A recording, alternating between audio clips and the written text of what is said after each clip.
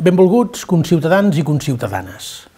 M'adreço a tots vosaltres en el tradicional discurs de cap d'any en les circumstàncies més inversemblants imaginables.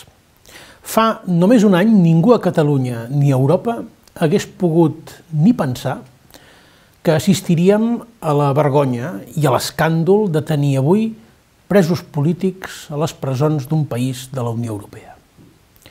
I en tenim 4.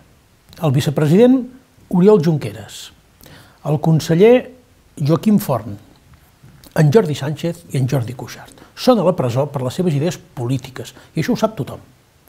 Els acusen, com a tots nosaltres, d'haver complert la promesa electoral i d'haver estat fidels al Parlament de Catalunya, de tenir, de fet, el propòsit de construir un país millor, amb eines veritablement eficaces i amb recursos que, en justícia, ens corresponen, us corresponen, perquè són el fruit de l'esforç del poble de Catalunya en el seu conjunt, dels 7,5 milions d'habitants. Però malgrat aquesta situació, no volia deixar passar l'ocasió d'adreçar-vos un missatge de bons auguris per al nou any que comença i de fer-vos també vinents unes breus reflexions.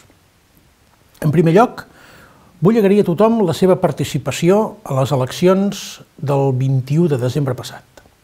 Gairebé una participació del 82% és un èxit democràtic històric, però ho és tant a casa nostra com a la majoria de països d'Europa.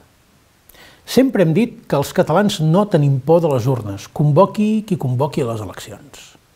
I és per això que podem estar molt contents, podem estar-ho com a poble, com a demòcrates, de la nostra participació en una jornada, ara sí, sense violència i sense repressió. Gràcies, a més, per haver emès amb tanta claredat un missatge que ja no admet discussió. Els catalans pensem el que pensem, volem i sabem fer servir les urnes per resoldre les nostres aspiracions i les legítimes discrepàncies sobre com hem d'encarar el nostre futur col·lectiu. Som un poble democràticament madur, que s'ha guanyat el dret a fer-se a si mateix com a república d'homes i dones lliures.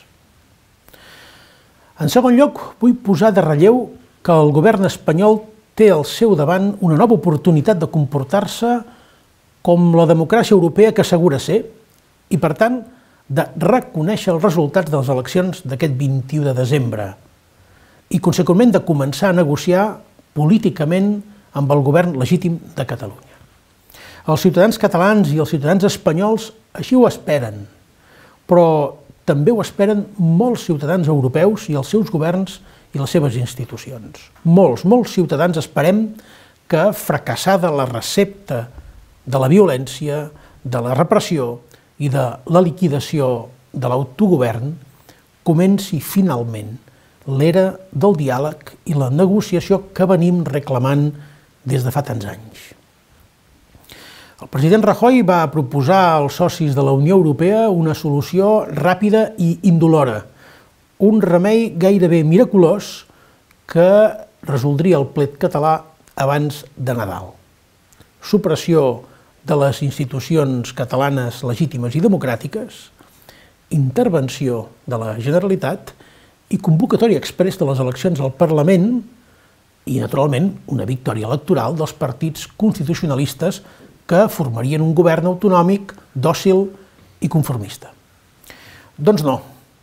La darrera part no només no ha sortit com ell somiava, sinó que el seu partit ha quedat relegat a la darrera posició i el govern que presideixo pot mantenir el suport parlamentari de què ha gaudit. Els responsables d'aquesta recepta els hem de preguntar de què ha servit tanta repressió. De què ha servit perjudicar el poble de Catalunya amb la paràlisi que ha significat el 155 i que ha perjudicat tothom?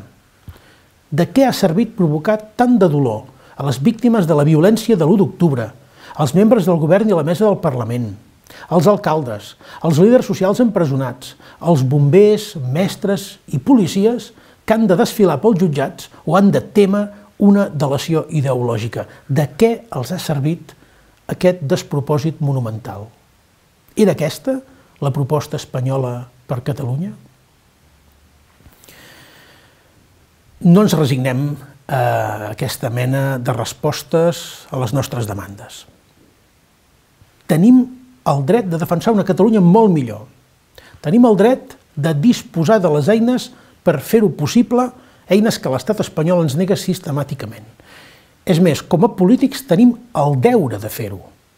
Per això, com a president, exigeixo al govern espanyol i als qui li donen suport que rectifiquin allò que ja no funciona, que reparin el dany causat i que restitueixin tot allò que han destituït sense el permís ni l'aval dels catalans.